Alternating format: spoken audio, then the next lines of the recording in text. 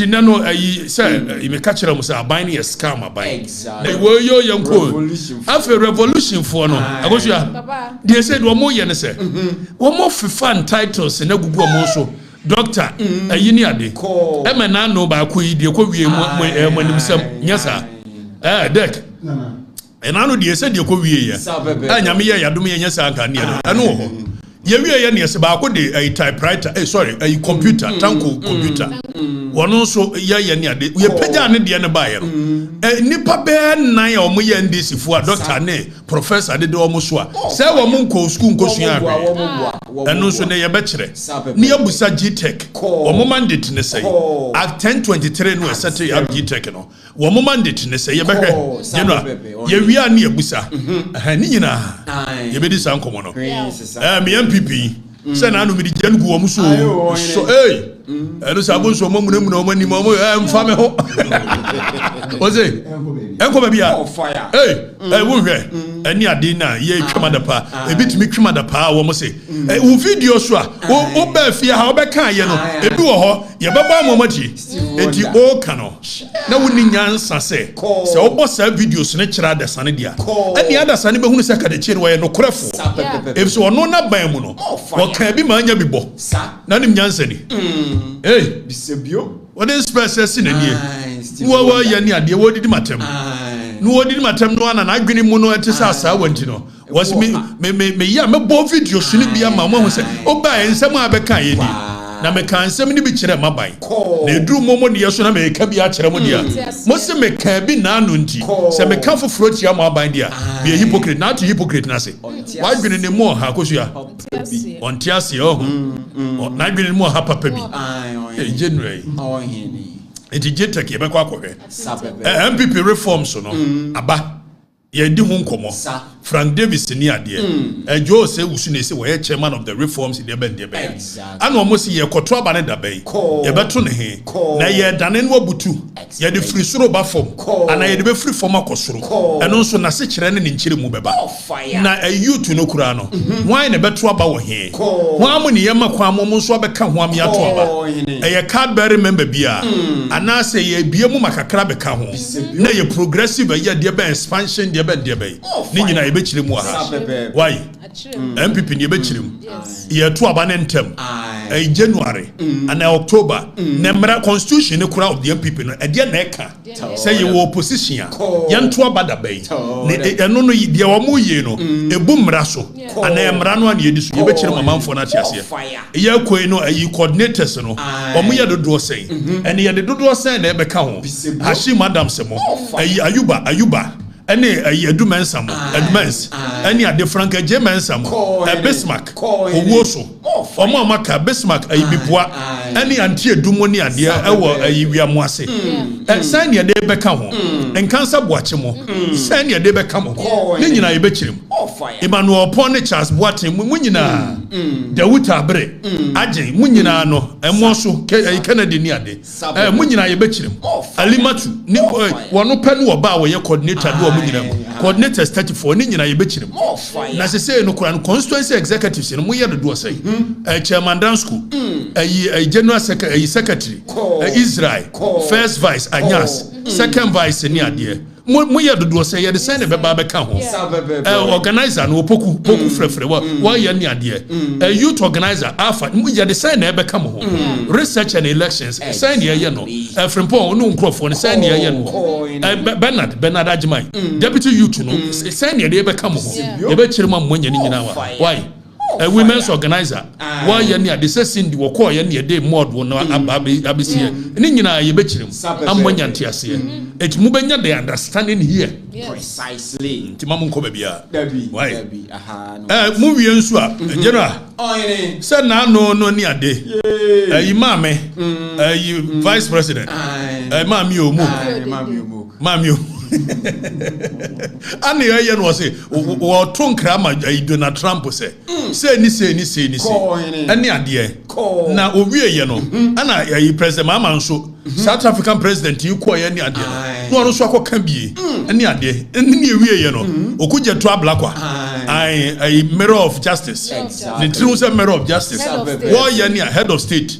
Ogya too. Fitini the head of state. What was your other city? No.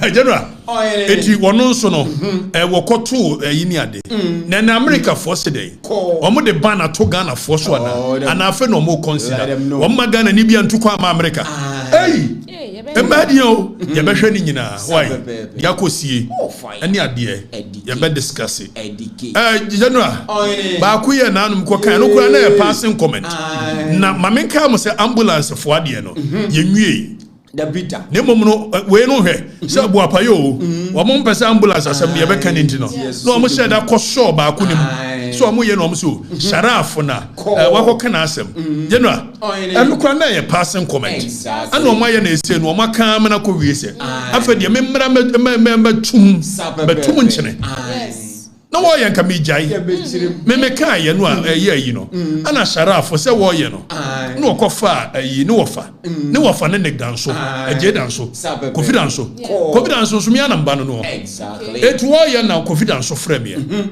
ana wo ye se ne danso abiam danso skani no ana wo ye no se ye awurade mpapa na de na me wofa ase afra me se wo ye masere na me se confidence no kura wo ha madwene wo no ne dan wo ye se ne nua ba ne logina eti wo ba no abeka kire me se ja me nua ba ne de yi frame me se wo nua ba ne yi na frame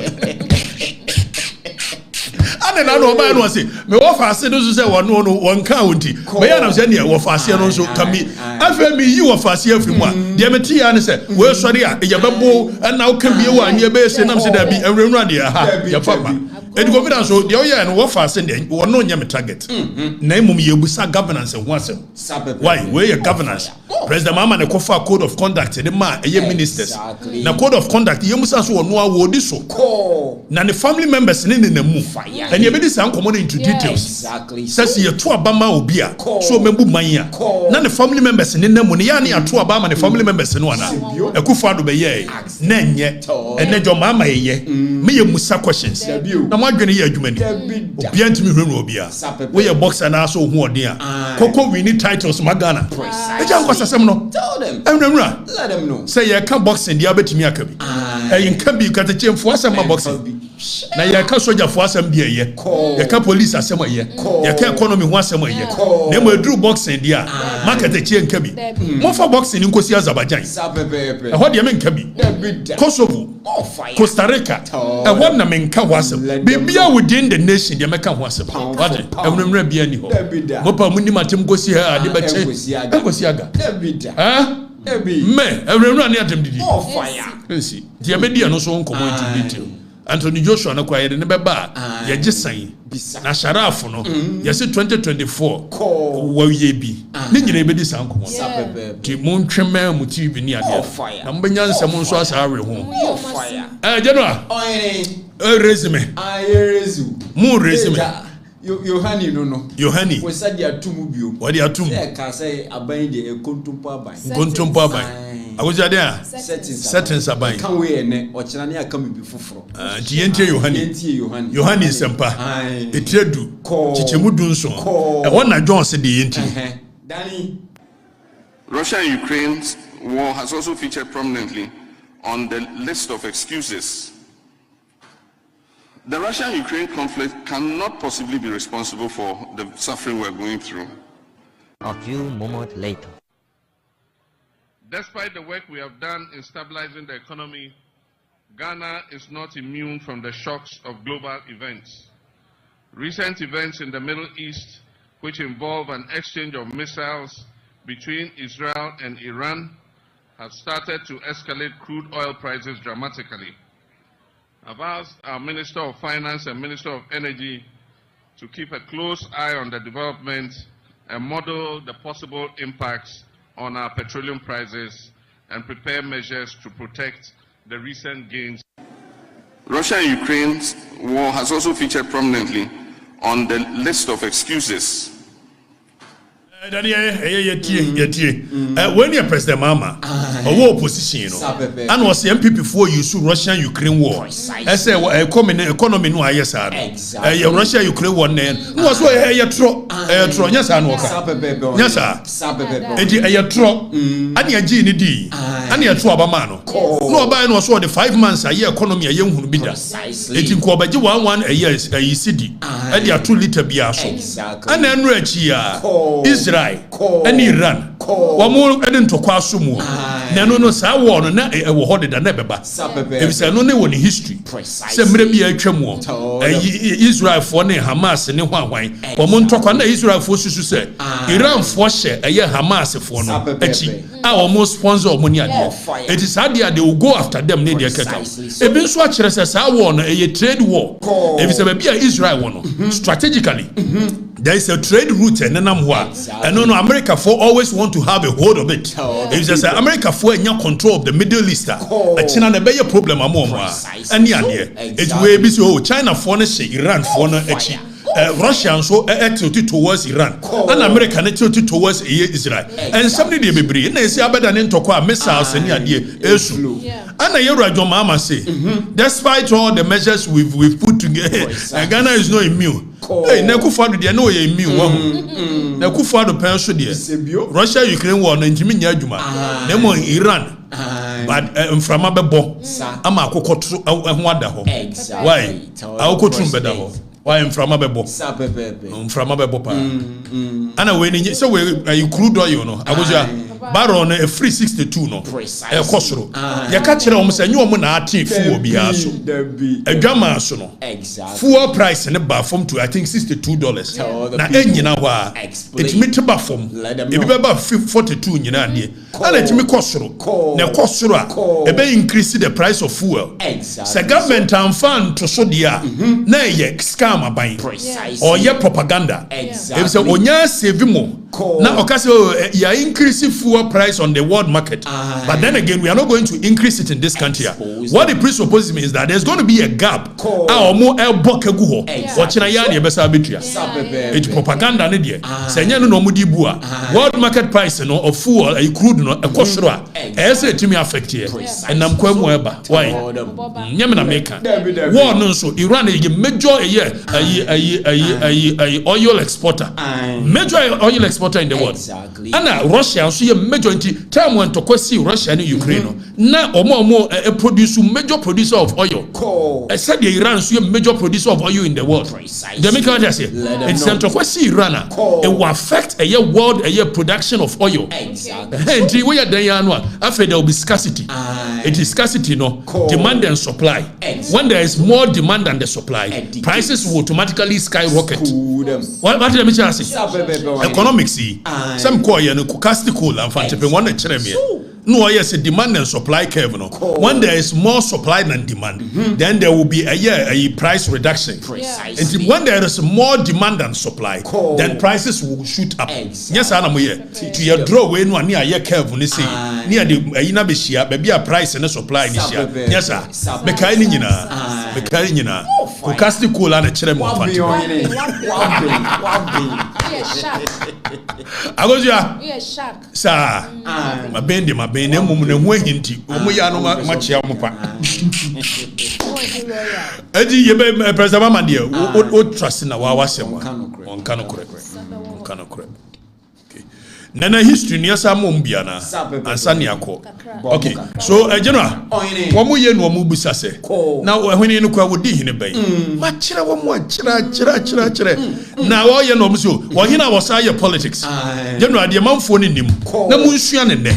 And they say, the Omafa who dear bell crew way mo, a frabro phone and you're coming from a chassis. Tia de make yi na munsia na munhunu on padishia munsia mo amone mo nananom ntrase me nto by the fireside nkyeremo mo so book yi so mo mfa bi nkan Timothy wi ase yeden wo so odi yokohene na yokohene no ko ne sei General ye ni ade no and no history me dem mo ne say 1948 na ayi osu alatamanche your friend ni Nikob na boni the third tia de make yi wo no na 24th February crossroads tie de make yi wo mo ye no asojafo a wo call second world war kokon ye na ayi Britain aban no promise wo mo se mo kokon tokwana mo ba ye ba mo early retirement ni some benefit afi wo mo kwa bomba ye Britain aban no ati and governor na mfa mo mo and wo mo nante so mo call ayi ni ade wo mo koje wo ma de castle and on the 24 February crossroad shooting cooperative private or that telamti and the sergeant ajeti the mountain and kanya de and wo mo ewu ye ye shoot wo mo wi that tie na ohina no wo osu alatamanche so what the word awam ye ka so bi awam what be that yes wa ya ma awam what be that oti ase onti ase ase ne say awam ne stand for a year Association of West African Merchants. She the make Awam Association of West African Merchants. Exactly. Na 1948. Na omo control a year trade route a free by UK ni adieba. And omo yes so omo best stockpile a year product. They kind of hoarding. It omo hoarding na prices cost. Ni nyina ka ho bi ma ni kwobna boni the third. A year no see ye boycott a year European product. It omo year what in 1948 riot. We incited the masses against a West African merchant. Exactly. And no didn't talk about. Sa a year 1948 riot no. And no the lead yama man for asking for a year independence. You form UGCC. I didn't know Muabe year CPP. I did new Kobnaboni the 10 no ye hine. And we hear politics here. And there must be a hine. Ironically, when him said no ye Osuala Tamanche Yinano. When him said no said he was Techimai. Na hine bana no di. Techimai. Let them know. No oya Yokohino was Techimai. Unshia dear. Now for Masaba Yokohino make some chilemo. Most why Yokohino was a bedi a politics here. Ewa abra Yokohino and Mam of who dear by. Techimai Yokohine. Nico Benaboni the Ted. Exactly. If San Cranfoni dear Jadia. And you know Bedi and another mammy free. Techimai. Now yeah you kuni. The catcher am say you could phone your bian obia and mamoni. After obio di Osuala Tamanche. No said you Kohino would Techimai. Now maybe do you Kohino was Santiago when I was on Tiasi. Medema you ko su free Gabe. Gabe in Yeminia. And I'm in the Quagona. Mendam one ya demeko when I'm buying IEC. Exactly. Unsia. Amamrani amania ne tetense munsia. Ubi na otwamadapa. Na madwene ne ntesa wo die no. Me bai. Me beye de obi anye. To ye hene. Yokohene ndem ya na medie. Na do ma hene. Exactly. O pedua hene. Wo ye doma o. Efise doma na ye kuro. And ye near him young cronkru. Obey yes, will be a country. Unshiande, Obi a jassy, Obi a young cobia. It Mumma in a modern cell near him. A ya war formation. Precisely. Yakon, your formiano. For yasi, near formi. Yakas will be on cobia, on cobebia, on the shefi. Educates them. Yakas will be a jassia. One in Safoni, he knew a young fio cranwo. Niakas will be a nifahine. So ye nifahine dia, ye conquer ye the right wing of the war. Precisely so. And so be a benkumhina, or ye the left legend of the war. Exactly. And will be or ye conti, Sabantamahine, or your conti, and only almost a country, ye country, a ye conti. Now said to two a yababu, or de can buy you. And one a bantamahine. One on in the core ye cosumia, among quatia, among quatia. One in the core for years, ye can't say danger cosumé. No more core aquamu.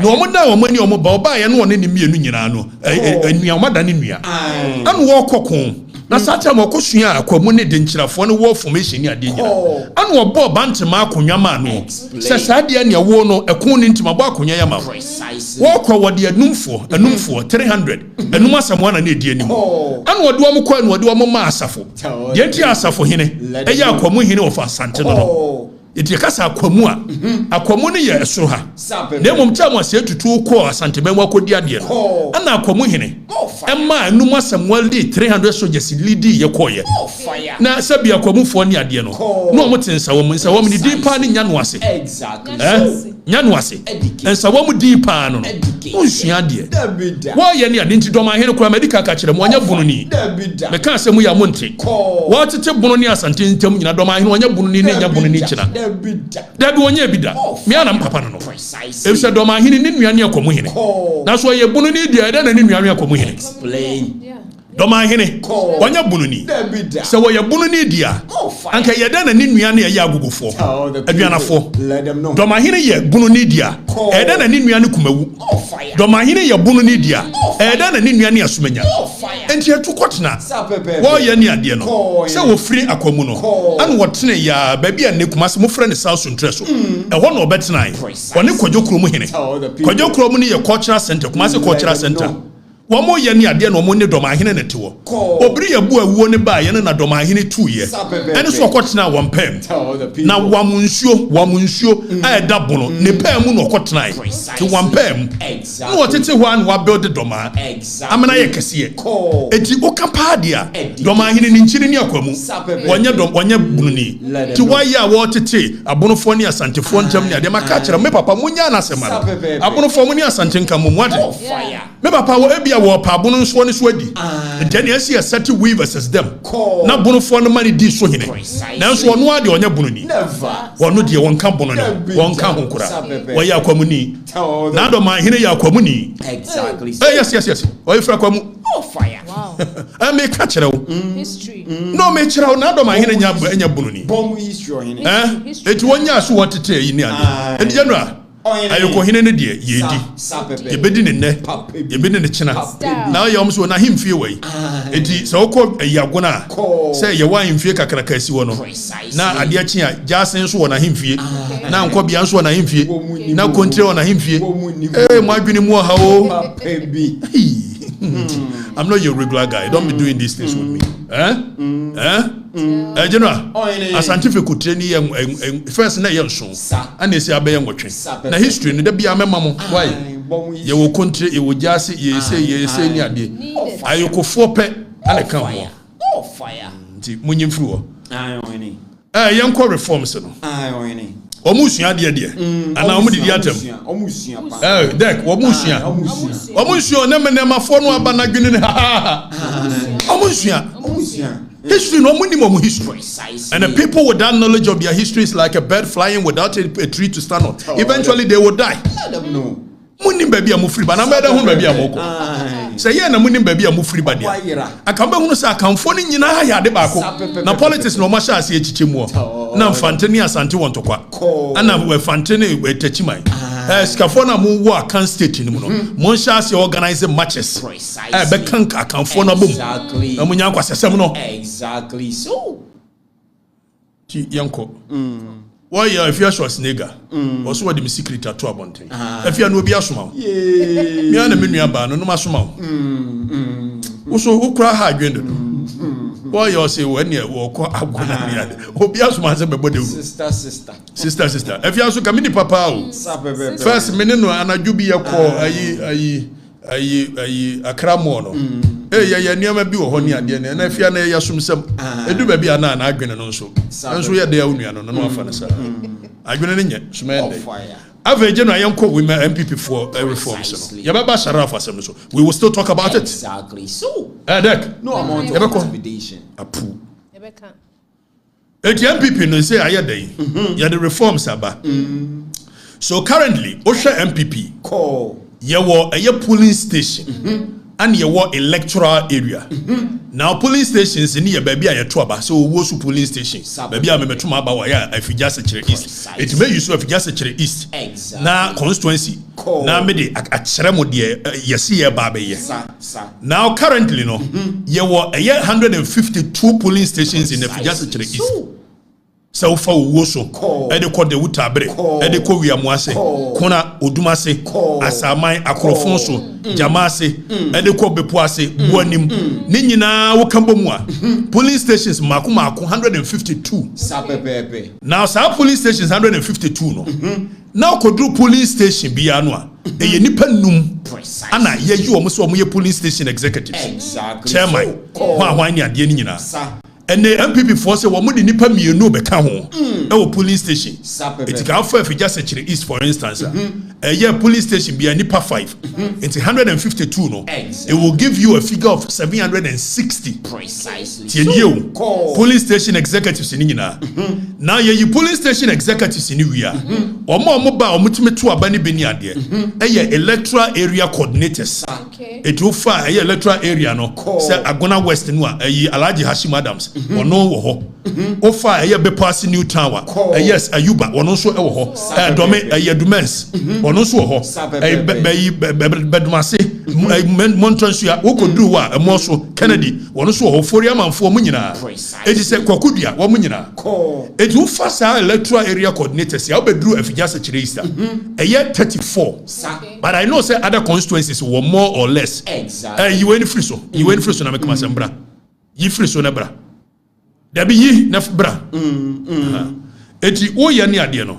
omoye over your friend say 34 now one coordinator to one electoral area eti ka o de be kan one 34 plus 760 it will give you a figure of I think 794 precisely. So by and large these were the people that vote and so now what the constituency executives you know say chairman for chairman down school ho na what ba first vice anyas na waba second vice na waba secretary you can say Israel na deputy secretary wo munyina no wo mu ho Yakubu Halidu wo munyina Habila assistant secretary Habila na yes ana poku frefre wono no ni ademia na menu adimosi wo ye organizer eti wo fa sa omo maka no a say deputy organizer amembu akofi general na make ho asem omamu amen enwa mamu ofunti poku ya baba to aba odwane ko UK ko pa bibi bedi precisely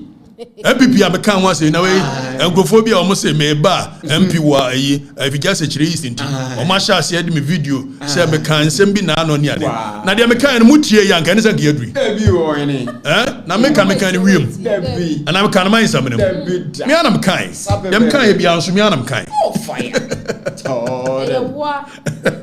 Eti general oya no your assistant secretary your organizer deputy organizer your youth organizer we could do alpha is wo rem kola wo ka yo money a ye rem kola is any adwuma do ye ne wo shine ti ho one ne deputy any ade ne women's organizer enu say so sa Cindy ya to abama no amemofo a ye ya nhwe omo ye nti ono so UK no koya okopa bia as say ye dia ma mod mod de hweso one Sakina no mo ye na de omo hweso yani namuana waba research and elections that is from Pon and Crawford and son waba treasurer Nana Kwaku financial secretary ni ade and no never more 17 in number and the MPP so more increase no yabehwe it's now what they are doing is that per every polling station instead of 5 member per polling station only 2 making 7 so the figure will now move away from 760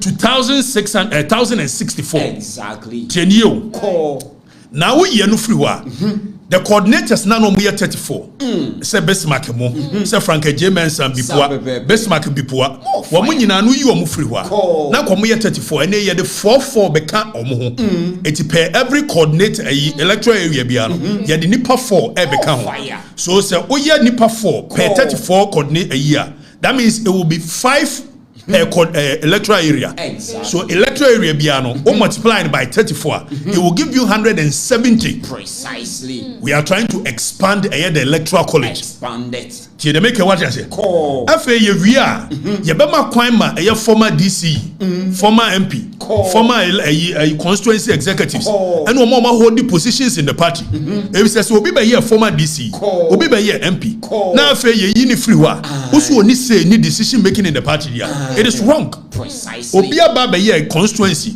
police station executive afa ye yi ni free wa usu ye take decision with the party won kan ho dia it is wrong eti afeni e be ma kwan ama sa nkrofo ni nyina beba eti wo fa just search East constituency for instance ye do mo nyina ba be ka ho a it will give you a figure of about let's say 1,500 to 2,000 people. Precisely. So Whereas in the initial stage, you'll be dealing with about 800 to 900 people by and large. Now from 800, when it is expanded to about 1,500 or 2,000, it is believed that it's a limited expansion, but included in decision making. Exactly. You make what I say. If you say an MPP force will be reforms in urban, general for we Now, the electoral college will move from polling station executives of 760 using Efijasechere East constituency as the yardstick. Now, Omodia core a year 1,064. Then they will move from a year coordinators of 34. Now coordinators now about 170. Precisely. Then we are former DCs, former MP, former constituency executives, former police station like so it will really expand. Exactly. Now, as to whether or not these reforms are what we need, or we need mass expansion, and one repercussions, financial constraints. So far, I am in agreement with it for now. Precisely. But as we progress, we must be able to have every card-bearing member of the party given the opportunity to decide. Exactly. But you see, and you need a database, and you pentamwa yeni idea. General, we are no free almost one of the reforms I deba, and they say, "Wa mo mi atuaba entem." Na mati se binu mo yese. Yebeto national elections, ni yato regional, ni yabeto constituency, ni yazo topsy turvy. That means ye tene adiania. Eno ni nyano kure. Ye decide this. Omo decide this. Sanso ayem pene. Tie de mekan yi. Ye decide this. No omo decide this. Sanso ayem pene. Ye form for ni yem pene. If you say the entire empire say, Samunya to national organizer, to national general secretary, to national chairman, and some year to police station. When you so be beyond, or be controlling the whole process out to the last member. Let me say, so be beyond or be controlling this process. And we don't want a situation where the party will be living in the hands of the bourgeoisie. The party belongs to the people, so we must let the people decide. It you know the engine correct. We decide this. Communication no ekoso say we must you better national ni akoto regional we must be nye emma so bibia sanso ni ho dem mom de o decide ne say Canada Japan ne ba wo mia ne brand champion ne yi kwabena Japan wo mo nkrofo ne kontokwa do party nso yakọ akwa ba yanu su biri ye hey eno kure yanu su biri ye akoso defeat was so massive. So we are not in ordinary times. We need extraordinary measures to deal with extraordinary times. Exactly. Now this is what we are doing. Ya pese mu jan to kwano. Jennifer Pon. Wo pe Canadian ti. Wa ko. Na your friend say Kofi Ofosu. Ono so pe ba umianti. Wo ni Jennifer na ko ni ade. Ani ase munya ni anyi anu free one time. Na constitution no. MPP constitution no. Dia kira ne say you opposition dia. You better aba not later than 2 years, 24 months. Explain. Now you better aba Ghana da bay. You better be 7th December 2028. Eti constitution is you better me ato a presidential candidate not later than it you bet me a net you bet me a china name of many kwan say a year 7 December 2024 2026 exactly. That means what British constitution it's in another than Kokufado time I ba opposition in 2008 by 2010 years you know I think August 2010 and ye so October 2010 or so ye no so benya ample time dia campaign it we do more ye enye news Wamo si anto nentem. Me no omo ya adwene. Sabe ya kana Japan supporters. Ba omia supporters. Kwabena Japan supporters. Ombeja antokwa no. Amo titi party ni mu. Party ni here no ne. It omo si December 31st, January 31st. Ye beto aba yi presidential candidate. Me no omo ya adwene. Sa de awie na ye beda na de anya no kore e maso ne maso kina. Eti ye nkonkoto nentem. De obelusu ne ni so atene wan. De obewi ni nso ni eja waka omo nyina bom. Na munya ntokwa bebre no. Bruce Lee. Gobi general sawa it's an year no reforms ba consular say youth organizer position no first na would me 39 kura no wadi and they almost mo year free na wo mo dey about 35 na wo say bi kam wo yi we me ko kabma mo na menyai 35 no say national youth authority no the definition of youth yes say 35 from 15 to 35 na youth na NDC for no mutimi ya no pariado kura be youth awo mutimi ya na yenti and there we MPP ni ba kwa wo ye na say ohene say ye makwa mo pariado ye youth organizer ni akofo obi a wanya yi ni ade am so ya no de enka e no kure ba same okube ye youth organizer no na oni 35 eti ubetimi aye adwuma wa bra oni 35 won nim ya onim yo eti we 35 na mo mbeto ba ye youth organizer no se wo album ni mu nko ade a na wonni mfie 35 wa ubetimi atubi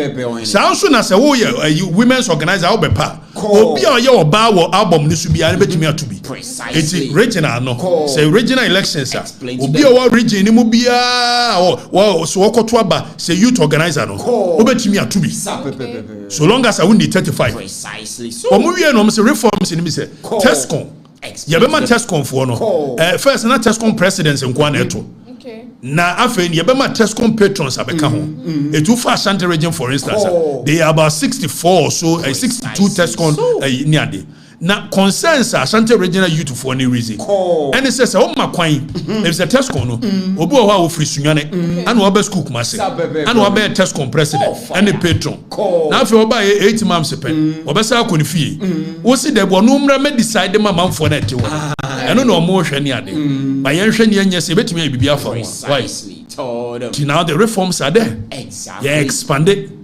name see ya done ne say obi beto national ansani abe eno dia anya adwuma agosu ya ya make what you say eno form for yempene yempene reforms by and large these are the major critical reforms limited expansion say yeah be any ade afa yanto presidential candidate ade ntem it is not in breach of any law because already the law is there so we are following what the law says okay the law of the constitution of the MPP says that not later than 24 months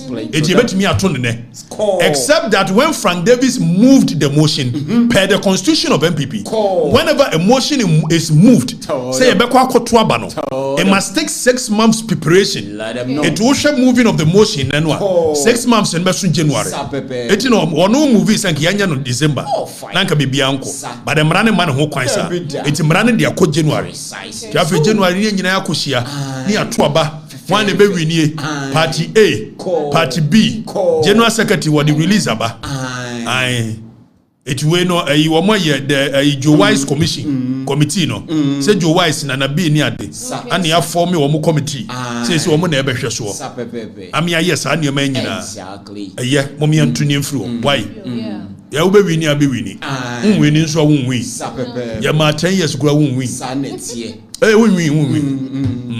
wini deck ya ma 10 years kura wo wini why wini be wini nso abi wini these are the critical major reforms aba and yama mienu ehia ye pa electing of a year the can say presidential candidate and this I ye beto aba no ade ne mienu national officers yama mbako monto eyine ntem presidential candidate no ntem yema say ye adane no aba beto national kosi form ne de enya adwuma ne enya adwuma chena if Zamuya Sadia, do be winning national chairman, or ambition so be control the whole party. So, no, then for Shemwa could see the last end. Tidebian, we better transfer for 15 years.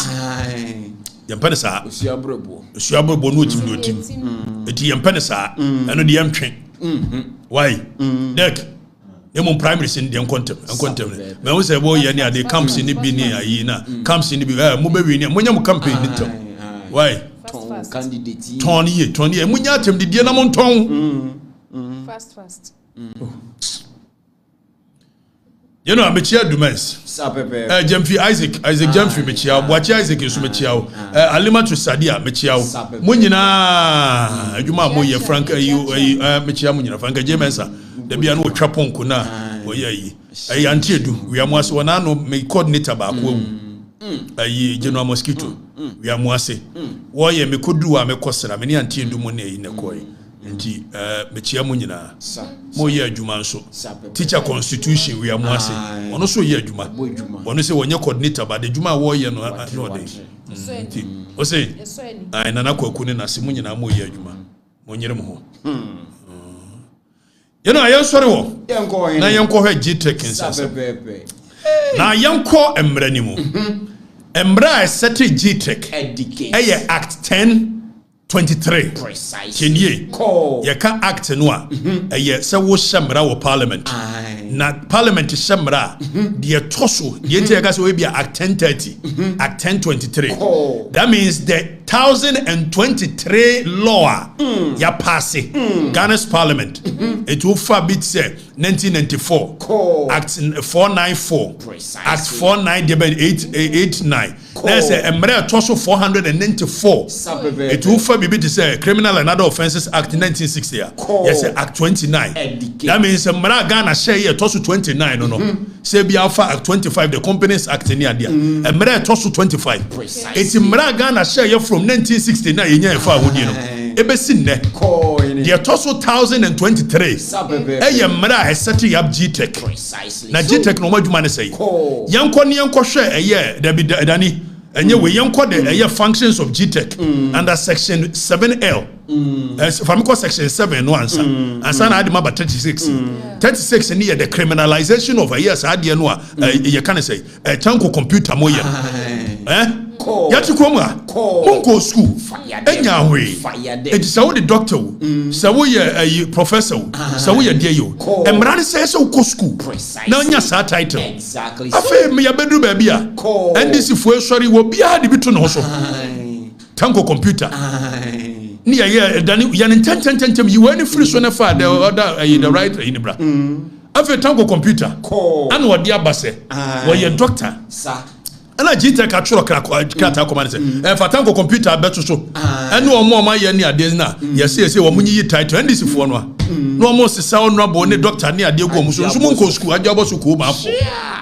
ana GTech atworo krata na yenhwe so far enipa GTech atworo krata dani follow me ansan ya komra na kura follow me yenhwe nipa GTech Dr. Tanko computer wonye doctor babia according to GTech if say GTech ne wo eyetumia ebeka kire o say ye be read mra no what the constitution says so GTech atworo krata e dia koma nkrofo bi say munya mo doctor ni yusu it's one co school na nyai to be a doctor you must have studied for about 3 to 4 years and son why a doctor by book na doctor no so ye beto so medically you must have spent the time of about 7 years as a medical doctor mo dia mo nko bi ko ya no download your free network so e web so download this wachichire dwuma so a me ye Dr. Tanko computer obisa no say kinsu no kinsu no wa hia ya hwa ye hu kinsu no wa hia ono pa ne nimba bia kinsu no wo o say online so yakọ hwe ye no achi ya no krechi ayi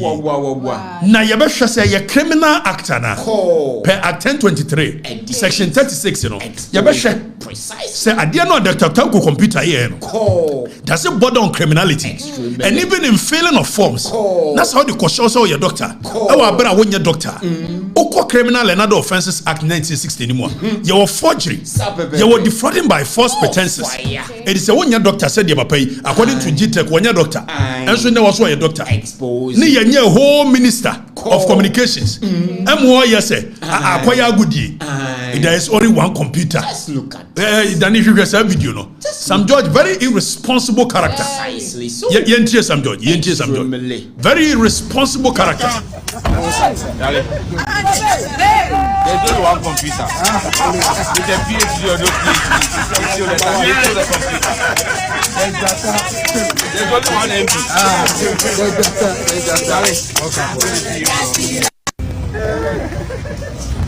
Chaka. There's only one computer with a PhD or no PhD the computer bra Danny bra Such an irresponsible comment coming from a whole minister of state. Precisely. When Obia would demand for any, Very indisciplined. say we know your gift for said dear boss. Now I dad that man for on your doctor and so your doctor. No man for any raise questions or they can't catch a man for no class or we idiot for questioning him. And for a minister of state who should know better, he says that there is only one computer, whether your doctor or your doctor. We have brought a year democracy in the governance so low that people are no more held accountable for their actions. Obit me that man for on your doctor, also your doctor, and we get a minister of state endorsing such impunity. Precisely. Impunity. Say whether PhD or no PhD. So that means the arrogance of power. Just a man for a question, no. Or me and Kwasiafo. Yes, sir. Fire. You know, man for name Kwasiafo. So more question, no. So your doctor now, when your doctor. Yes, sir. And these are the people leading us. Precisely. And so almost me and commercial. What can you be true at Tanko computer on your doctor. Daniel Fayam for Mama Kano on your doctor, no G-Tech actual moment. For more picture better one year. One more picture 1 year. Coco, you paid in so general Sardemano. I was your first never better.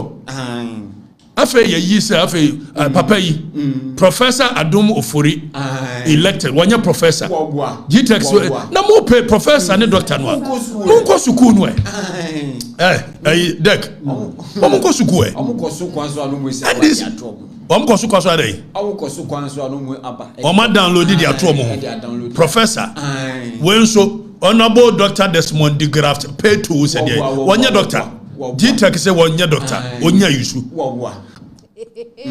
what the share na yusu nyina o what pe campaign honorable doctor nyina what the share so na wan ko suku a we so ya na akoyo one so MP for Wutu Senya East one so ya say na doctor na what the ato no so say Dr. Phyllis na akoyo e wa bra onye doctor G-Tech so wonyi then this idi asemo a expose them anya by force shortcut aban we download the doctor na say won ko school ko he na akoyo G-Tech so wonya yusu expose them Danny for last one bra wonya sa ne ban tanko computer and now no ba ko so doctor ya oba ya your man body wonya doctor so a doctor then this muko school no wia e be ye dai Ora Collins that way. One cast why doctor baby. And so Collins that they are competent enough. Let me hold the portfolio, sir. A minister of works and housing, minister of this year. By force says your doctor. Metia minya doctor. Minko kasa be a doctor. We make Kenya, they say me we me masters no. Na me frame me young could be they say you na me ye na me say wo hwe Dennis me nko ye me doctorate na me nko sua law every Dennis anu anu di maton say kan kwase asem nkyere na what honorary lawyer da say honorary doctor dey bo na honorary lawyer what be da eti ko sua dey ntimi ma honorary apa na we me call kakra no hey law ni na fomo awosua ka me ye ajai na me frame me yonko ba ko na me yonko fo ndi o munyono ma dwene nyewu me frame kwaku osisa kyere na me kwaku edian nyame jai adisuana no den do no bisa am say na ya call from time to time be na am say me call from 5 to anajo 9 no say ntu jai a sa 5 to anajo 9 de bia no de be den ngwase ase bia na de be ba ko tena ba bia atwa bi I guess in so nemo mamenka was say uko wa nko 5 years in the beba nemo eba the result of say otu asoko and say be for lawyer and say the result of say one to us one ko and say bia no awen sama kidney say it is the choices yours to decide exactly I'm say mame to aso no makwa ampani ampa ye wura mu no aka 1 year ni ye wi enti monko school ni bi o manko bi ejom ju se kadachie nko bi kadachie su ko bi pa hey let them know. Hey, Makobio, Petit Bonsu. Eddie, General, we say in the call level 300 in the law, Gempa law. You be we enche. To Munkobi, Namunwe downloading, no. Na G-Tech war. The mandate say Oko section 7L of Act 1023. And if I make one read this section 7L of Act 1023, near share the criminal aspect of Adianwa a year.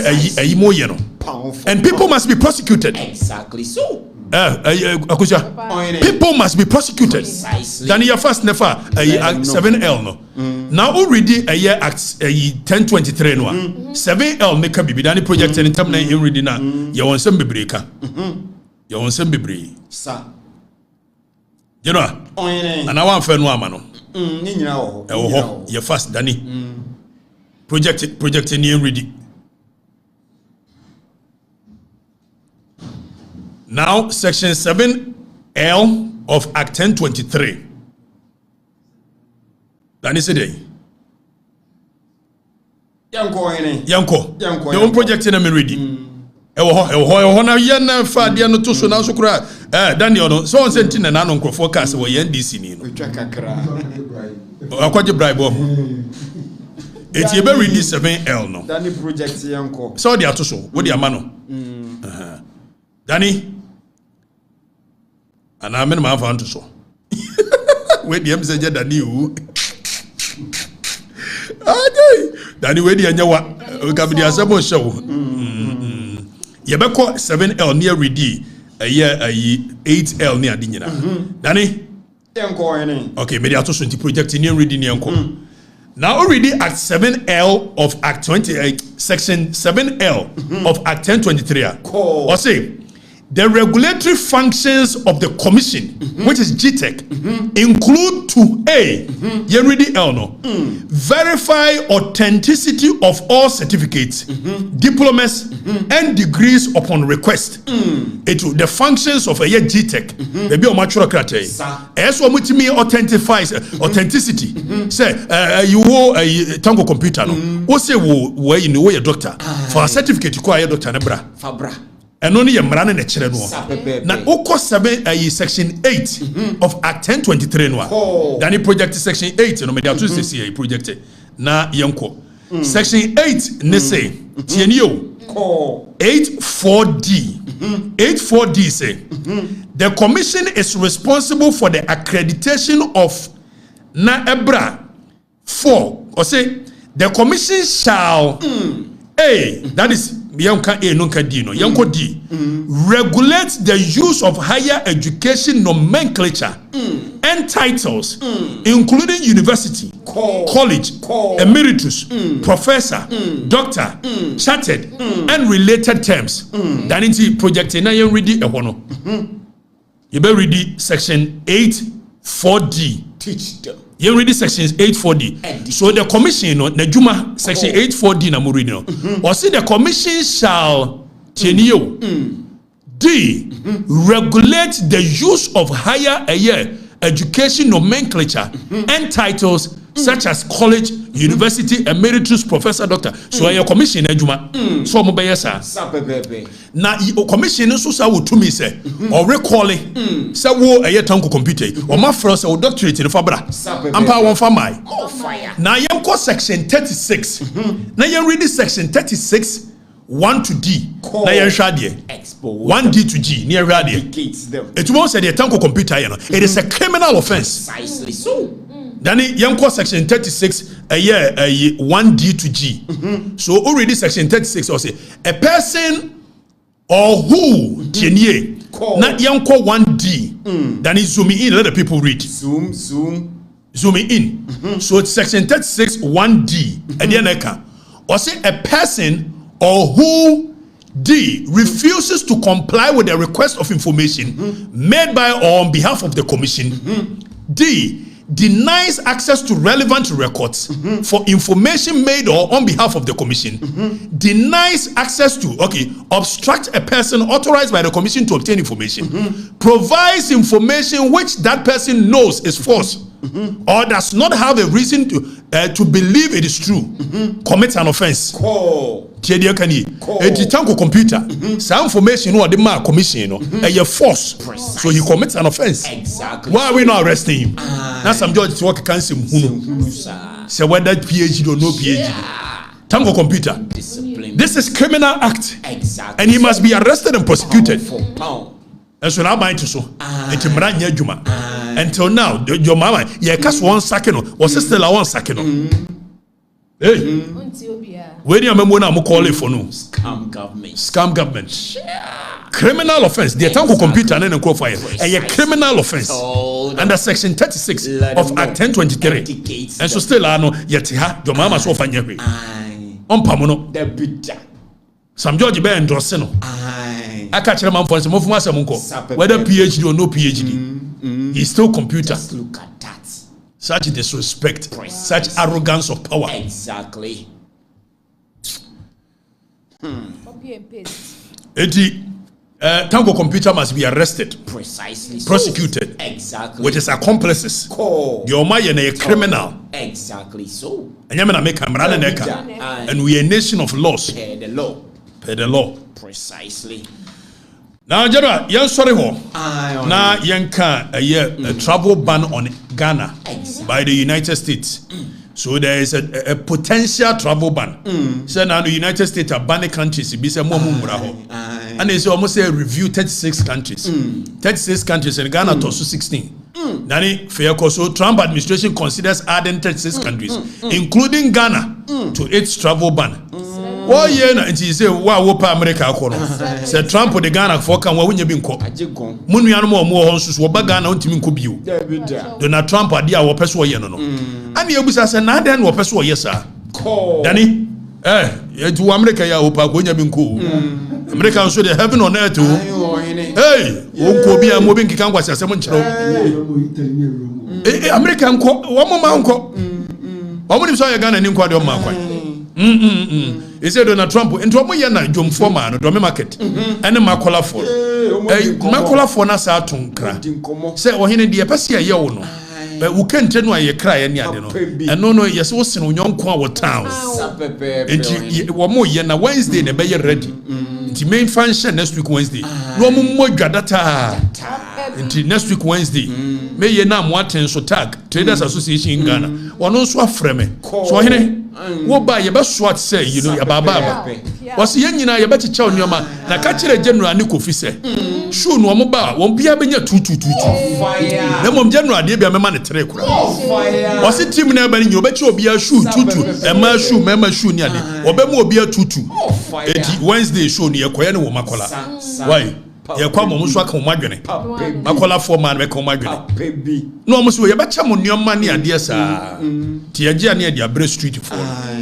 eti travel ban ne beba ni ye say da be e de ne si na ye wo ha na Donald Trump ko ka asem bi na fe ma mi omoku Dani Fatoso na ma mi omoku de true so say Ghana is considering we will also Donald Trump better yanka hey ko kan be kan ye mami at the right time we will take action.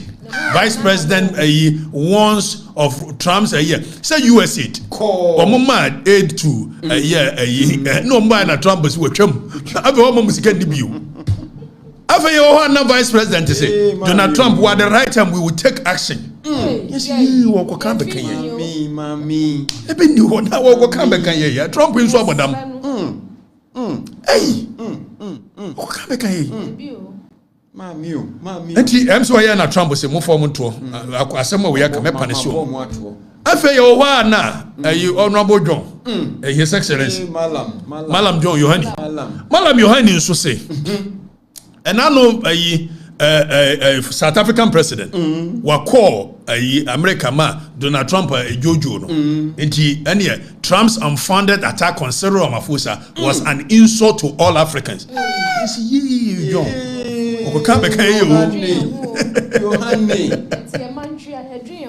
Yohane ne mami o general ohene yo ekeka bani o ya be ba ne Ghana fo obi antimi nko America enti omo ye no ana ya sako wie se so no obi wo diplomatic relations you don't get hostile to yes anybody me ba be ka kiram sa de na okuje to abla kwaye no e wo repercussions exactly e wo implications bi so ultimate sorry na wa close wo embassy say because engrofo ye adwuma ho no MPP 40 ye pay engrofo akoshe it's matum I shut it down on the orders of Amatela ma shut it down. We don't do that in diplomatic circles. Precisely. The moment you shut down your embassy, it is a hostile relationship you have with the hosting nation. Let them know. So the host nation for your embassy, and your US government. And when you take such actions without having to engage them, whether through note verbals or through proper writings, it is perceived as a hostile relationship you have with them. And I mean, what say? Washington for a man be there is evidence to that effect. And go for a break him. Service Akurana or my Nomunya. And Jabaya said, we are serious. Oba, ye was what called Lanche, Black Star, a event in a while. Oba Sankro for ba. Meanwhile, Washington, baby Uncle for, see a black community all over the world. I will introduce a mirror of justice. You can black community all over the world. Okuja to black. America has the largest financial power to come and invest. After Okuja to black. Yet was baby Uncle for the bet me and Vesa Abakurumo. Shutting it down. Uncle for come. So a month for visa. 6 weeks, 7 weeks in it. Exactly. 3 months. All because of your recklessness. My grandma just died in Jamaica. I am devastated. I want to go home for her funeral and I can't because of the Ghanaian embassy in Washington, D.C. I hope this message finds all Ghanaians and especially the Ghanaian embassy. I sent off my passport over 6 weeks ago to the Ghanaian embassy in Washington, D.C. to get my Ghanaian visa renewed. It has now been 6 weeks later and I have not received my passport. I have called the embassy, nobody answers the phone. I have emailed them, nobody answers an email. And when I'm online trying to get an update from their chat representative, they are telling me they cannot help me. You promised, and I paid for a 15 to 20 day service. It is now 6 weeks later. I have emailed you stressing that I have a death in my family and I need to get home, and nobody can give me an update on where my passport is. This is unacceptable. Where you unacceptable. General, what by bro say? What the visa application akotum? Washington. Why ya ma? If so kuja to say we no na dwene mu no. We shutting it down. Time open baby. What kind of irresponsibility is this and recklessness is this? Is that how governance is done? Because in Kofo ye more perceived to be MPP. Tiasi a reason be pamo munyina. Near the end is foku. Exactly. And then wo no se manfo ni ntu kwamra. Black communities in the year of return echi wo momra. Baby on benya visa so kura no ye. So obi so tua visa fee mawa. Ono wo contractual relationship. And when you are not able to honor that contractual relationship without any proper communication, you have breached the contract. Yeah. So a breach of psychological contract. And you sit there and this is our foreign minister. And so Kufuor so what can brofuri nyina e kire said we be see your foreign ministry na wait. Washington. And when the name so mad Donald Trump say, and you attack 6 countries, you know. But when you say Ghana, munye serious. To the more beka home, to all consider. I don't know. And yama mu ye nyina ma the brand Ghana no in the eyes of the diaspora no. Yama tantan sa. It imagine say black American be, and now say African American be so womra. Now we apply for visa. Now 6 weeks in 7 weeks. Onyaye. Most of them communicate here. Agoja. Ne papa muni. Where you membu no? Afem be kan mate om tubine hwe omano. Ye be di matema dia. Kofa kofi paka wo se. Paka wo mo send usika no a. Say manya antie se. Mu di matema ye senem kakra. One district, one factory. Wonya bi amambi. Ese menua no mama munya adu. Sadiq Adam say wudi matem kakra. Eba bedru amambi. Tuantu so dudu. Ese adwuma de memmonya bi ayepa. Jijishom kotu. Omba jiji ase kotu ne. No mudi matem. Na be sesan de bayi. Sesan hwe ohene. Me me bosi ma ya de. Na ma ban kura de na be no. Me am party kura de na be no. Sata mo bojem so kadachio ye hunu so bida kadachio ene na hwe mo dia kadachio no kro nya credible mo hwirim sa nya credible obi onya credible na munya ne voice kasetia na aban ebo munya ne voice o kasetia na aban munya bibo na Steve Wonder eti mo pa America ko no ba bia be na we me yira send me warning o se je se Dennis nkwa na ka encourage you ma call on no na abeba ha eso ya assignment na ni adaje abeba ha ma me ka ho fire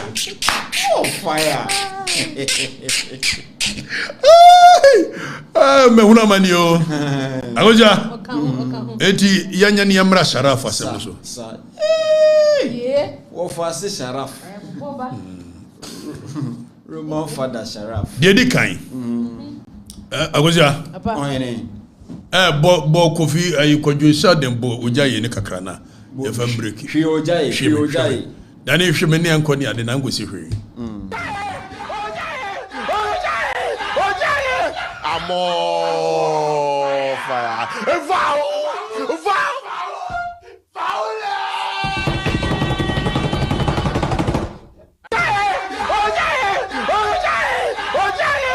Amor fire. Foul. Amor fire. Foul.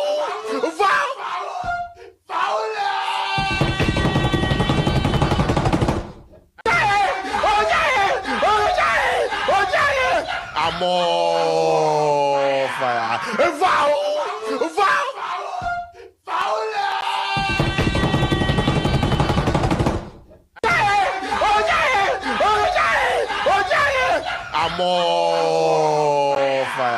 Foul.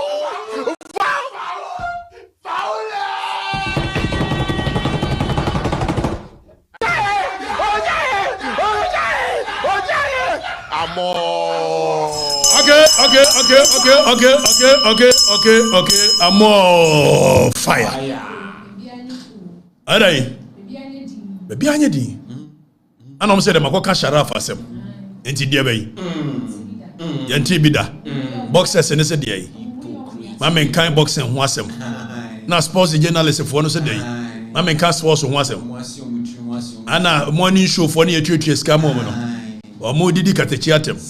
Because ma akoka Sharaf asem. Na Sharaf de moja cha adui na ho ahwan. Ojonso de crude oil. Magana. Kimi yanka oni Mahama asem. Akufo ba de e betimi aka wona na mamamuo mu a there is a problem with it.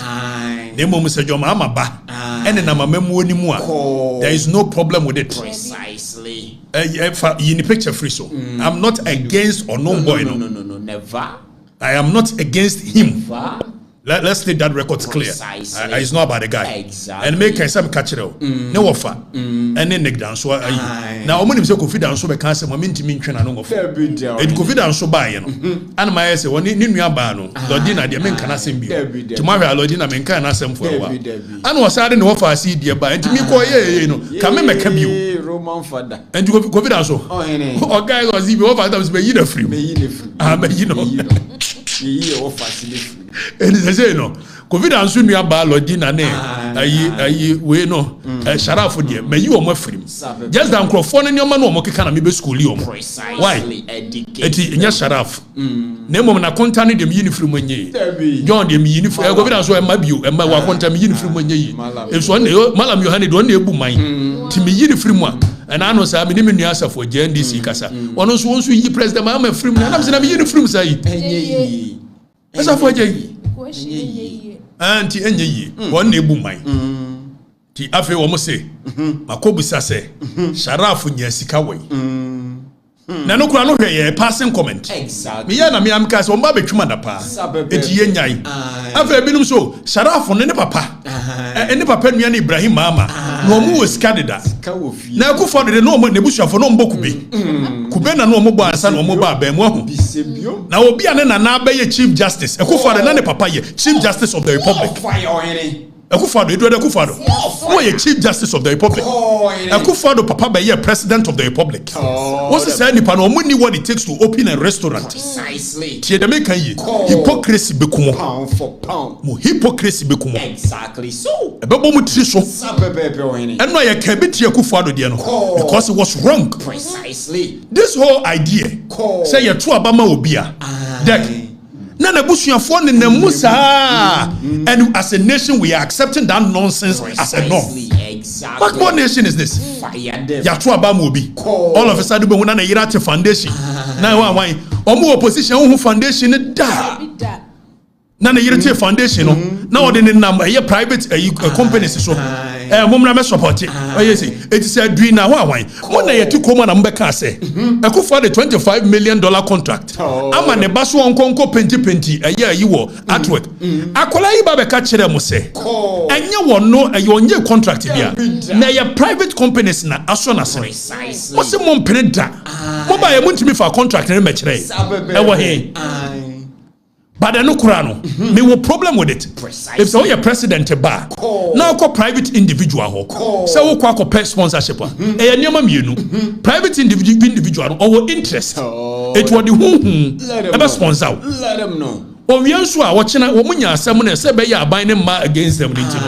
And omu de hu it tell oil. So be sponsor Sharaf by virtue of Sharaf being in close proximity with the president. Omu de hu be ya no. School them. So how are we accepting the norm say so be papa be president all of a sudden that person can be going around soliciting for funds from it will cost money 2 million Ghana cedi 2 million 5,000 and you are using it as a yardstick because who for the exactly so ti Sharaf ni na mamemu saden ya Sharaf organize boxing eye kama it boxing for ne say me an kan wasem it is even an affront ade we eyanim guase amamo ankasa as a nation omanya yetimu a your Ghana boxing authority your sports authority national sports authority your ministry of sports also say Ghana boxing authority national sports authority ministry of sports say huge national institutions omuntimi organize boxing just a Sharaf na ko organize hypocrites Munye correct.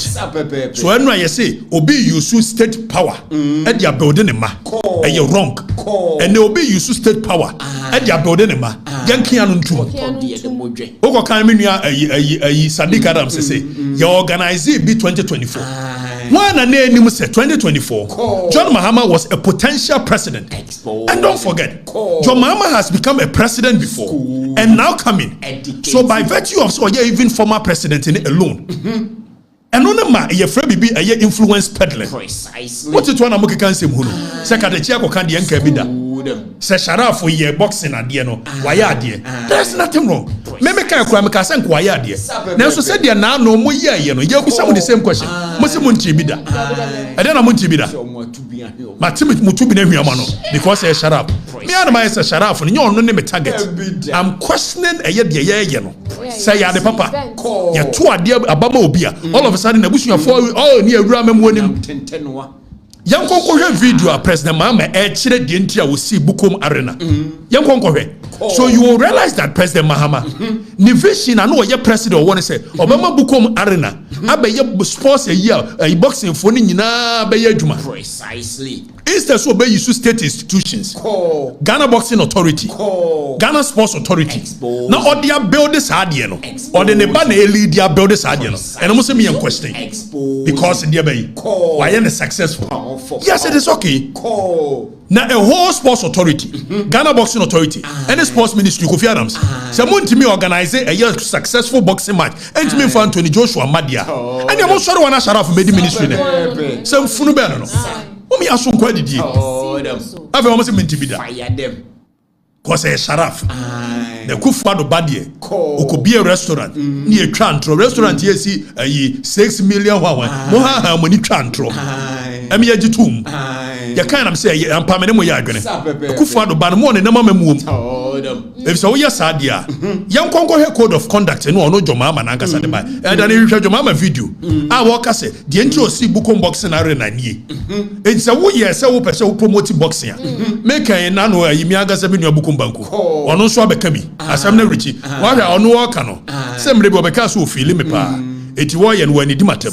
Omo maka no de. Ayite policy ni tiri ho se bosompani no odi di matem.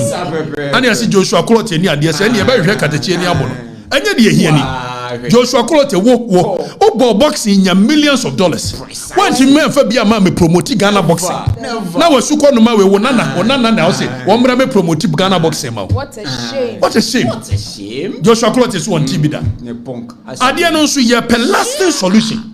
It watching as a president Mahama bani ni hwa. Obi antimi promote boxing bio. Ni you state institutions na ka boxers no mo ho atomo. E dey na make am monte ase. E dey na make am monte ase. Pound for pound. Ade ba no. Ni en kan okure okure ni musa. Ade ba no. Dek. Enra na ye Kufuado ba. Ye nyina kaseti ai.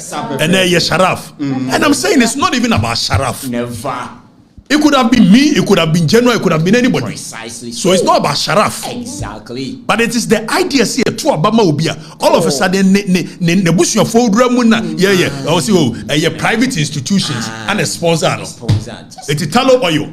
Now what Sadiq Adams who free this sponsor here. It is Sadiq Adams can say can you mention okure. Say na wo churokrata akotalo oil on be sponsorship for sports ana. And yen free one for a second. Let's pretend say your mama nye Sharaf papa. Ah, your president. It is Sharaf free churokrata akomantalo oil and go be sponsor no. Even among kind of kuresa. So by proximity to power, he is using it for other nyoma. Ya kan wasem say you wrong. Exactly. So say Kufuado ye na nya ene jo mama ba ya enye Wrong. Mosi yenke anuntu. That's what they know. Ghana Boxing Authority. Saudi Anthony Joshua be ya asem ketwa. And yen nyina yenko site ho. Danny, there is a video I made sure said you see Buki Anthony Joshua make appearance. Sometimes what charge even $2 million. Precisely. So $2 million. All the people. Before so, and I'm going to buy the president. Free. They go free. Imagine this cash appearance fee. Appearance fee. Or charges sometimes as high as $2 million. Exactly. So. Na say mun use state institutions no fanye. Most mun use state institutions. Ye ba me ya ba lidi. Anya de papa. Anthony Joshua wonye charity organization. Oh ye event na apeso oba na manfo na ni be di akira. Said oba ye manfo na ni adi akiri. Nemo mun use National Sports Authority. Exactly. Mun use Ghana Boxing Authority. Oh, na munya nsem hunu no. Critical people. Aja no. Sharaf so and I know Sadiq Adams who no sports in the core reporter say Sharaf no we a footballer born wo Bobby way wo Bobby da bay and all of a sudden you champions and you be say your boxing coach da onu na eba be na say that be you wrong. Exactly. You're wrong. Your state institutions in championing say be ya watching say your mama ni aban mu a still an boxers mo ho beto mo be ka bibi aboa mo a mo beto enam say ndc afra mo nti ya ka mo se dey ya be hwehwe na ni abo no enye de ehia ni awonde kro na awa de be hwehwe ka de chi no abebo no fa kwaje ayi titles bra ana aga say emre sa say me hwehwe ka te chi ayi bebo na no ehwura me ana ehwura okay, I'm so now you'll be destroyed. Now, meaning why people are so fixated on being destroyed or being. Something must be destroyed anyways. Somebody must be destroyed anyways. Why do we live in a world where we feel so self-important? They say, Sadi ya can be na no chere Kufuado. Sadi ya beka bi akere mo. Oba ya wo de Sharaf ne namu a wo tu kwan kura na at the expense of the taxpayer. Na de ne ka ho ko. Meka ya na jaye. Yes, sir. And we are accepting this nonsense. Abaye nya to abama abaye na president baya na ne wo fa se mabie foundation ne nana mabie foundation ne yire mabie o ya so da bi private institutions na support me. Why they name say private institutions because we are closer to power until no musuru support you. Expose them. Sharaf no anka say so onye president mama a oye president ba. Wo tworo krata ko ba bi obebu ano. So you so ono anka say ni position no. To intimidate people. Exactly. What's Yanka? Yanko code of conduct na president mama. I sure ya dem ministers. E wa bra wo no ani so. Yanko go 1.5. Code of conduct. Yanko point 1.5. Read it to them. Ni reading chira wo mo. It was ministers more involve your families. Which will likely or is likely to conflict. Nemo mo di obama families and nemo memu. Which is likely to conflict. And penimfo ya omo ne wo ba no didi agoro no. Enye oba no mo pe na asem. By virtue of the fact that oba no e papa ye president. Expose them. It is all kobusa omo bibia. Omo ni say. Cause one former president ba. Watchina no. President Mahama make country say in all of these dealings on far phone Mfre will be introduced to Nebano. Is that no influence peddling? Is that no influence peddling? Are you not using the state or position as a president to influence some of these things? If you come they come madapa. I'm saying come and so be and I hear the sheriff and movie Bitiano. But the sheriff for ye men want to quack. But they are wrong. A Kufado banner ye and they are wrong. Sakufado so no sin and this wadi unes obema creative arts na kosonya sa. It will buy and a banner so work creative art. And no cassette ye. And then your mama sin and this wadi unes boxing. Or buy and a banner eligi. And then the Muslim and Cassentia. Mushim Mr. Dreamer. And they better no. Now you read the code of conduct. Danny, Biamuni read the code of conduct. Danny, Biamuni read the code of conduct. Now what your code of conduct, Mama Mfona? Was a conflict of interest may be direct or indirect in nature. Your code of conduct, no. The president, Mama, the ministers so was a conflict of interest may be direct or indirect in nature. Precisely. And may arise due to influence and power of the minister. The minister holds. So the influence and the power of the president is where Talomodi who sponsor neba. Yes, Montiasi, dear Montiasi. Pakawosi, when I make a dear Jandiasi. Also may arise due to the influence and power of the minister holds, both in his or her sectorial responsibilities as a member of the cabinet. B, may be pecuniary, that is arising the minister's direct financial interest, or non-pecuniary involving a family member or close associate. So, a family member or close associate, it will be perceived as conflict of interest. Let them know. We a private individual, may per sponsorship, we a private in may per sponsorship, and you say we should continue as a nation with this behavior. Is that how we want to build a nation? I feel when your president to be our bar, the barba could pay BB keke, well, and your boxing, inside now your creative art, and then the way the boxing. But I could be a bar. One of the Yanis what to what you draws mama. As was one woman, one panty. It's a private individuals, moment sponsor. I have a more sponsor we are. When you are 10 million, no the more one see depend one kwakoye. No keep it the So using state power to build their own children. Precisely. And most say no, me accept it because me I am me. How is that I am here? Never. President Mahama is so generous. You want to be that. The entire young one is to be done. Say, Obi a former president. Now also buy president. It's even when you're former president, enough to influence some of these things. Precisely so. It's your year in 2024. No. Oh, he's a decade. Sharaf when you never president Mahama. Anka oba also be person that card man. What kind of Korean you know to be our soon go dey. I dey no. You can read 1 point. Identify the other one. You reading near rally. Point 1.53. You can go read the rally. Was the interest of family and personal friends?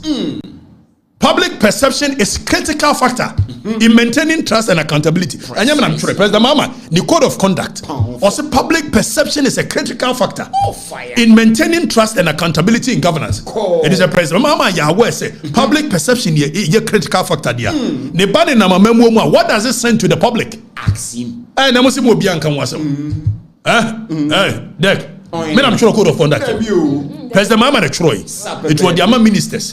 They more than the bendiso. Fire the president. Above the law. Also, a conflict may arise if a minister's family member or personal friend that derives or is perceived to derive. So it's not even about deriving, but the perception of deriving. Exactly. What President Mahama say? Minister or more family members, a conflict may arise if a minister's family member or a personal friend derives or is perceived. Educates them. Its perception in itself is enough. What's the ministers in this? Perceived to derive some personal, financial, or other benefit from a decision or action by the minister or the government. It will be in a mama. Is that not a perception? So we use government no. After we see ministers in Kodiso, name mo de wuni so. What kind of country is this? Koto de nebodwe. And unti ya twe apia. Twa katetia da pa. Na mu twa mema da pa. Mo fa intellectual firepower debate mra. Exactly. That's what we want. Mo fa yes superior argument mra. Precisely. Na kwase ani aboa na baga biga no watetana na ngadi pa ntana ngo nya dan. Oga masi wanim sai didi me matem. Onsia de. Onsia. Ogabi ontia baga biga kan baga biga sa 16 years. No intellectual firepower. Angels. Angel ben and no benanti. Angel ne we nante. Bi se bi mo hini. Me de me no na wo ye menua aye di ayi ne ayi. Wo ko kan me ho asem na ho ye me hina me mfa course bi. Na be me mfa course bi ho hini se wa ko tena wo di matem ne ade. I won't come in that lane with you. Koko sua de. Precisely. Sua. Na me kan ye no so there be when em border on conflict of interest. Name my border on this, it borders on that, it borders on this. Then you bring another argument, I'll bring counter arguments. Ani ye no. Precisely. Yes, ani endek. Won sua wo. Have a bag bigger like you. And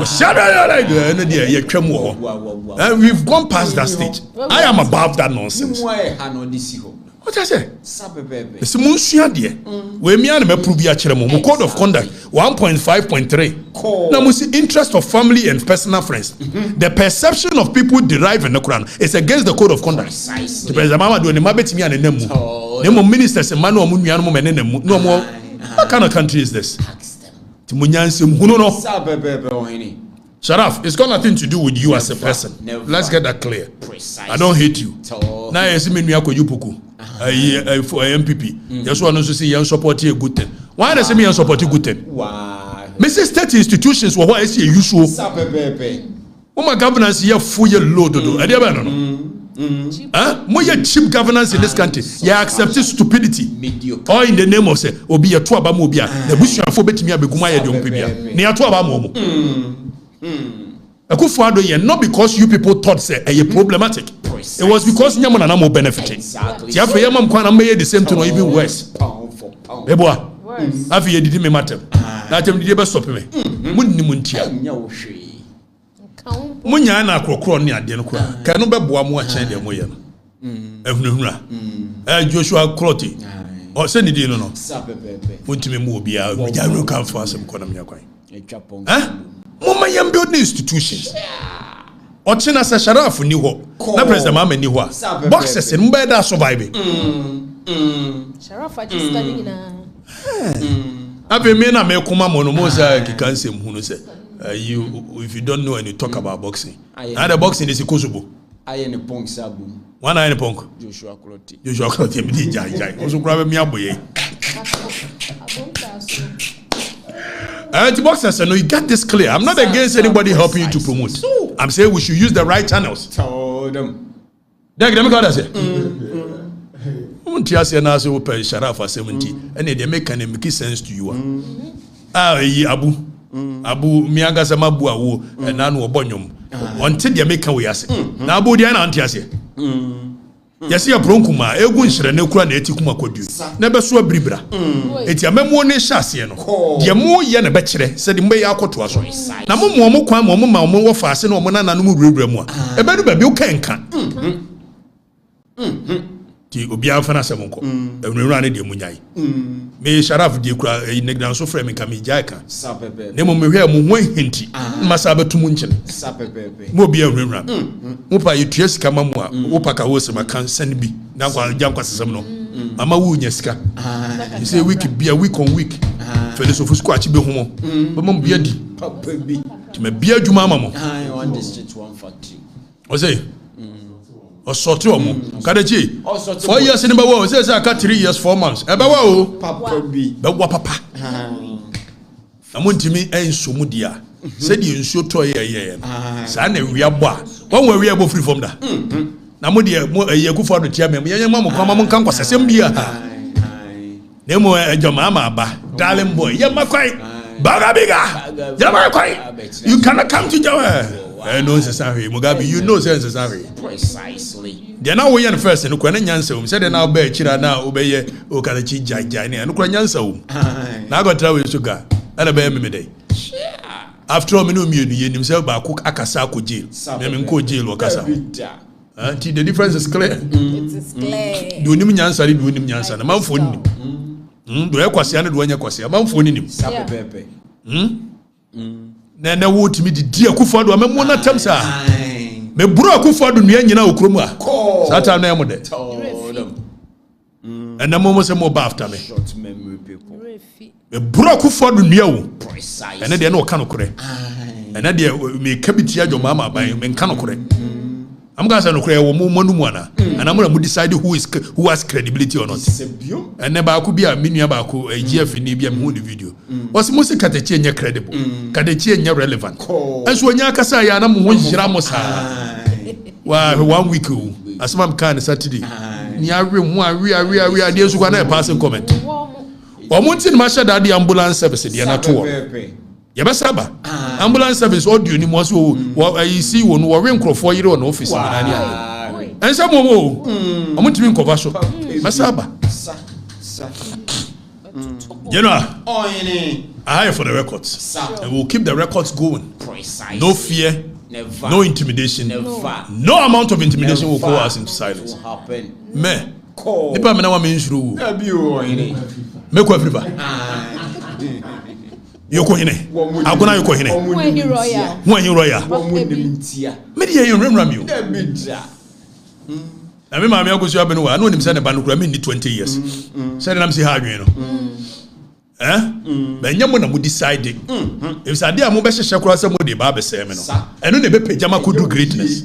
Exactly. To be antimi nyam hwe. Never. Se bi onyakopo twedi ampo se me bre ne so a. Eduru a. Chuo keteki. Na ma de wiase ase na me ko precisely if say wiase amete no ye mo ye bia e be ye de be ye what will be exactly. And now call Latin kase mo ye say key Sarah my name still remains and forever will be what you know. I won't mention it. Be ba be so mo ma bye bye.